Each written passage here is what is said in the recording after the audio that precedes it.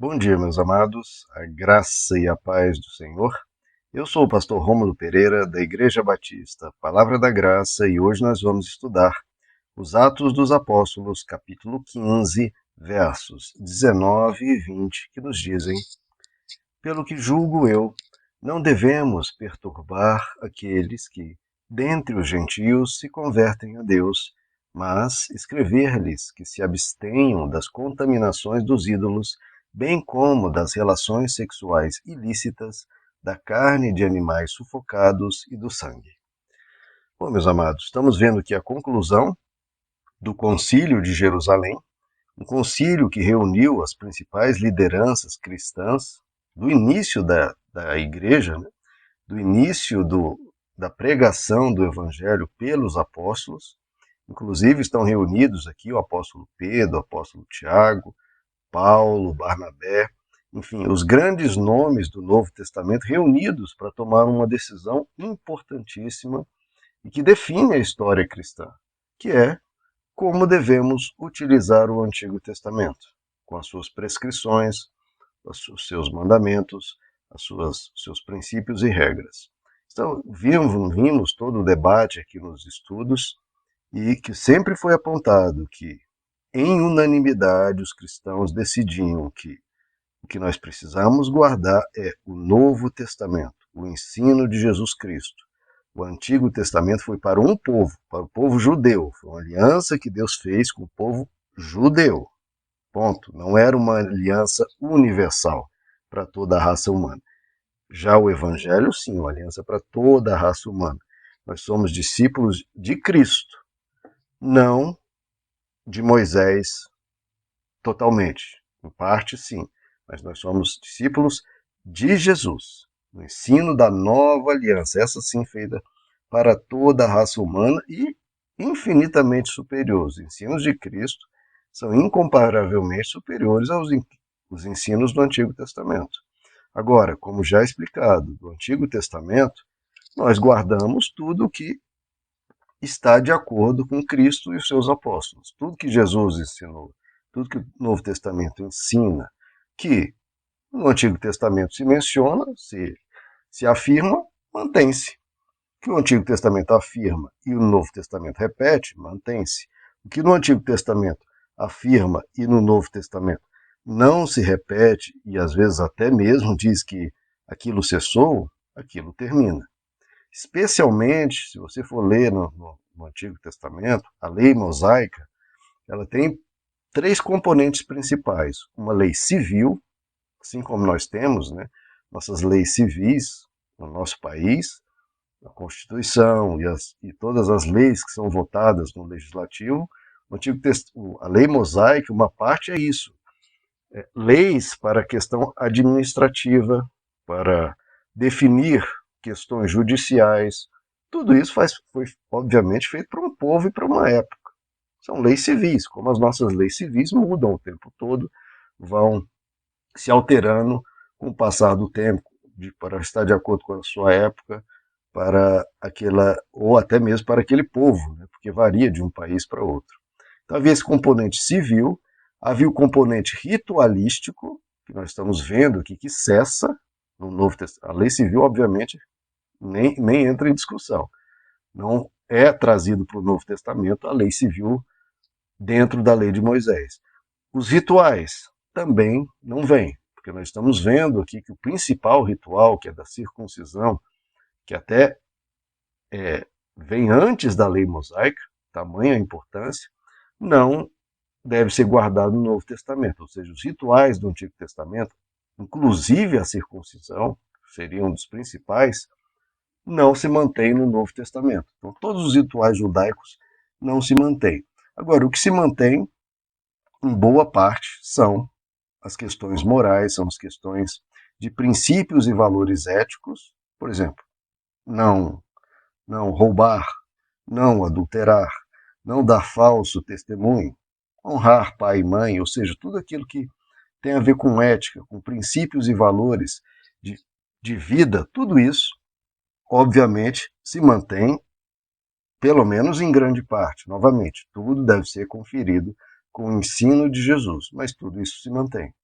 E aqui estamos vendo, entretanto, que alguns princípios aqui são colocados. Eu quero dividir esse estudo em duas partes. Um que está falando das relações sexuais ilícitas e o outro que está falando de contaminações de ídolos, carne de animais sufocados e do sangue. Então a gente vê que, como dos rituais tudo terminou, alguns aqui estão sendo mantidos pelo apóstolo Tiago, essa questão dos sacrifícios aos ídolos. Por quê? Isso eu quero elaborar no próximo estudo. E as relações sexuais ilícitas. E aqui é um componente um pouco estranho, que sempre deixou os comentaristas, os teólogos que estudam as escrituras, um pouco confusos. Por quê? Porque isso faz parte da lei moral, ou seja, de princípios e valores de conduta, de vida. Nem deveriam estar sendo mencionados aqui. Afinal de contas, isso também é ensinado por Cristo, né, e pelos seus apóstolos. O Novo Testamento também nos ensina a ter um comportamento sexual correto, justo e bom. Por que ele teria que repetir isso aqui? Porque se tivesse que repetir todas as questões morais, ele também repetiria, olha, não é para roubar, não é para mentir, não é para dar falso testemunho, tem que honrar pai. O único princípio moral citado é a questão das relações sexuais ilícitas. Por que ele não mencionou os demais? Aqui nós temos que entrar que, ora, não roubar, não dar falso testemunho, honrar pai e mãe é algo muito mais comum entre as várias religiões mesmo da época, entre as várias culturas, entre os vários países. Isso é fácil de ser compreendido. Agora, a questão sexual, há muita variação entre religiões, especialmente da época, e entre povos. Relações sexuais ilícitas era muito bem tolerada em várias religiões, em várias seitas romanas, várias seitas gregas. Então, isso era importante estar explícito, porque essa pregação, essa decisão aqui era especialmente para os gentios. Os gentios devem guardar a lei mosaica? Não, ponto. Era o que foi dito no verso anterior. Não devemos perturbar os gentios com a lei mosaica. Eles devem seguir os princípios de Cristo. Agora, como entre os gentios, muitos vindos de origem romana, grega, ou bárbara, ou cita, enfim, os vários povos da época, as práticas sexuais eram muito, digamos, desordenadas. Havia muita promiscuidade. Então era importante que, tudo bem, vocês não vão guardar a lei mosaica, mas olha, algo importante. Relações sexuais devem ser levadas a sério, devem ser colocadas diante de Deus. Não vivam mais a imoralidade sexual que vocês viviam antes. Não vivam na promiscuidade. Isso o apóstolo Paulo trata em várias das suas cartas, principalmente, por exemplo, a de Efésios, a carta aos Efésios. Por quê, queridos? Isso também parece hoje fundamental que seja tratado voltado, como na época dos romanos, desordenado, algo totalmente sem controle, sem qualquer princípio, sem levar isso na seriedade que convém. Porque a relação sexual é algo muito sério e com consequências muito sérias. Porque se as consequências são tão sérias, isso deveria levar o ser humano a pensar nisso como algo sério. Mas hoje muitas vezes é tratado como só um prazer. Não é só um prazer. Como se fosse chupar um chiclete, comer um pedaço de bolo. Não, eu ia ter um prazer que seja momentâneo, mas é como comer um bolo. Sexo? É óbvio que não. Porque as consequências que podem advir da prática sexual são inúmeras, são as mais diversas, desde emocionais, quanto físicas, quanto em outras vidas. Então, levar isso de uma maneira irresponsável e inconsequente, como a sociedade atual leva, é algo extremamente perigoso.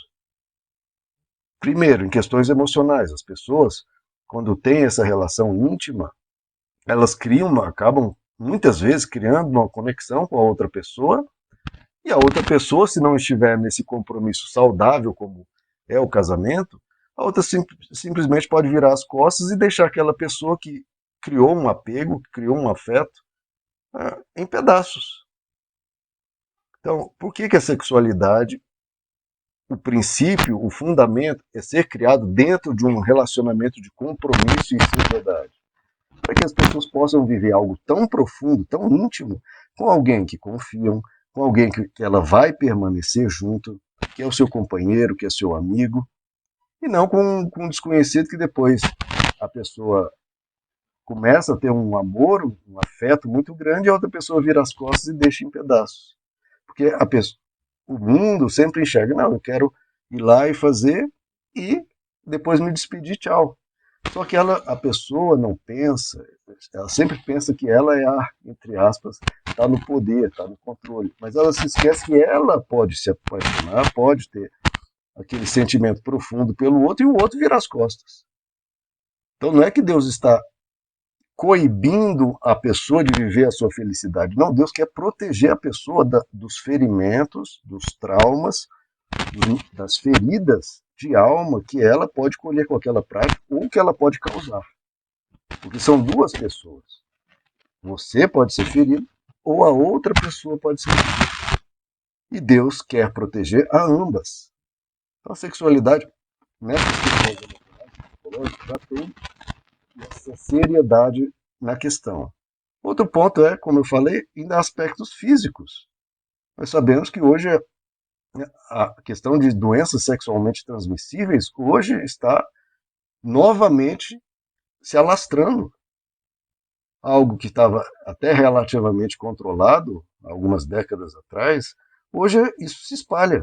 Basta você ir no posto de saúde e você vai ver a quantidade de pessoas indo se tratar, claro, tudo de forma silenciosa, com vergonha e tudo, mas com sífilis e doenças que pareciam até quase extintas. E as pessoas agora voltando isso, sem falar na AIDS, que é uma doença ainda hoje letal, apesar de hoje poder ser bem controlada, mas ainda é uma doença perigosíssima e as doenças sexualmente transmissíveis, por o contato ser tão íntimo, elas têm um contágio muito grande. Porque não é que a pessoa está a 2 metros, nem 1 metro de distância, nem a 30 centímetros de distância, elas estão unidas. E unidas, o que um tiver, o outro vai ter. Então isso é algo sério demais, que pode causar, inclusive, seja deformações, seja sequelas, seja até mesmo a morte, como no caso de uma AIDS. E essa sexualidade, muitas vezes pervertida, uma cultura que só fala em sexo nas músicas, que parece que é a única fonte de alegria na vida, é isso, e principalmente com o máximo de pessoas possível, ainda gera, né, muitas vezes, uma tentação na pessoa de traição, de adultério, que novamente cria feridas psicológicas muito grandes ou traz de novo uma doença para o parceiro. Né? E o grande ponto, queridos, que também é fundamental tanto naquela época, mas ainda assim, ainda hoje, que é a questão de pode surgir uma gravidez. Traz-se uma vida ao mundo sem, muitas vezes, aquilo ser o desejo do casal, daquelas duas pessoas que muitas vezes mal se conhecem. E isso é algo seríssimo. Como eu estava dando o exemplo do bolo, o bolo você come e acabou, ali não gera nada. Ou mesmo tratando-se de um pecado. Você comete um pecado, por exemplo, enfim, dá um soco que seja no rosto de uma pessoa, o olho da pessoa vai ficar roxo, ou o nariz vai se quebrar, você derrama ali um pouco de sangue e tudo, mas passado uma semana, não há mais nenhum, qualquer sequela em geral, né? Aquilo passou. Agora, isso é tão sério, queridos, que você traz uma vida ao mundo, aquilo não acaba. Ela tem consequências realmente para o resto da vida. Há uma pessoa nova no planeta. Né? Aí, claro, aí surgem, né, as brilhantes soluções humanas, né, de muitas vezes partir para algo grotesco e feio, né, como o aborto ou coisas do tipo. Né? O ser humano cria um problema e consegue aumentar o problema com as suas brilhantes ideias. Agora, o ponto é, traz-se um ser humano ao mundo, ou participa de um aborto, que aí gera de novo culpa, gera problemas de novo, é uma situação terrível, né? Agora, traz uma vida ao mundo que, como ela vai ser recebida por esses pais que mal se conhecem, etc. Então, é uma coisa que prejudica até mesmo um inocente. Todo mundo acha horrível, né, quando qualquer pessoa faz algo ruim para uma criança, porque é um ser inocente, é um ser indefeso, não tem como se defender. E trazer uma vida ao mundo assim, jogada de qualquer jeito, muitas vezes sem um não querendo o outro, um empurrando para o outro, os pais brigando, etc, etc. Então é toda uma coisa muito séria. Claro que isso tendo ocorrido com qualquer pessoa, deve-se dar todo o suporte, toda a proteção, todo o apoio, toda a ajuda, enfim. Tudo o que deve ser feito para aquele pai, para aquela mãe, para aquela criança, enfim. Tudo que possa ser feito deve ser feito e precisa ser feito. Agora, há uma epidemia, queridos. Há uma epidemia na sociedade hoje de gravidez indesejada. Uma epidemia. Não é duas, não é 10, não é 100, não é 1000. São dezenas de milhares de crianças que nascem assim, muitas vezes de pais e mães adolescentes, que não têm a menor condição, nem financeira, nem emocional, de estrutura, de nada de receber aquela criança e complica a vida daqueles pais que muitas vezes estão estudando, estão iniciando no mercado de trabalho. Então, quando Deus fala as coisas, queridos, né, sempre tenta se pichar, né, a Bíblia ou a igreja, isso é coisa retrógrada, ou isso é coisa, né, de uma rigidez tola, né, isso é tabu. Ele usa essas expressões para tentar desmoralizar ou ridicularizar, quando essa coisa é muito séria. Ninguém está fazendo isso porque, é feio, é sujo. Isso não é o que. Pelo contrário, Deus fez a sexualidade para ser uma coisa belíssima, a união entre dois seres humanos de uma forma tão perfeita e tão linda a ponto de gerar grande prazer e ainda gera uma vida. Então Deus fez de uma forma artística, poética e sublime, algo para nós desfrutarmos e de graça. De graça. Um dos maiores prazeres, absolutamente de graça. Deus tudo fez de uma forma belíssima. Agora, sendo usado por ser tão belo, tão poderoso, tão maravilhoso, precisa ser utilizado da mesma maneira bela e maravilhosa para não usar isso de uma forma que acaba gerando resultados ruins ou resultados indesejados. Tudo isso é difícil de colocar na mente humana, porque ainda mais a mente humana hoje tão por músicas, pela cultura, tão levada para o imediatismo, tão levada para sem nenhuma orientação, sem nenhum norte, sem nenhum princípio, e aí as vidas são dilaceradas com problemas, com dificuldades, de novo, emocionais, físicas, trazendo uma vida ao mundo em um momento totalmente inadequado, então é muita complicação.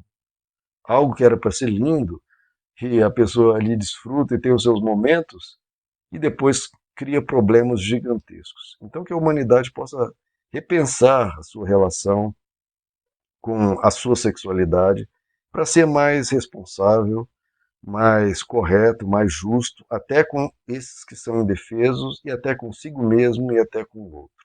Então, por isso que foi colocado aqui essa ênfase, esse reforço em um dos princípios morais, dentre vários da lei mosaica, a grande maioria, se não a totalidade, mantida no Evangelho, mantida por Cristo, mas esse teve que ser mencionado porque, de novo, a sexualidade de então era muito desorientada, muito promíscua, como é hoje. E por isso também precisa novamente ser trazido à tona para que as pessoas tenham cuidado, se protejam e vivam isso da maneira responsável e bela que Deus criou para isso ser. Queridos, que Deus os abençoe. A graça e a paz do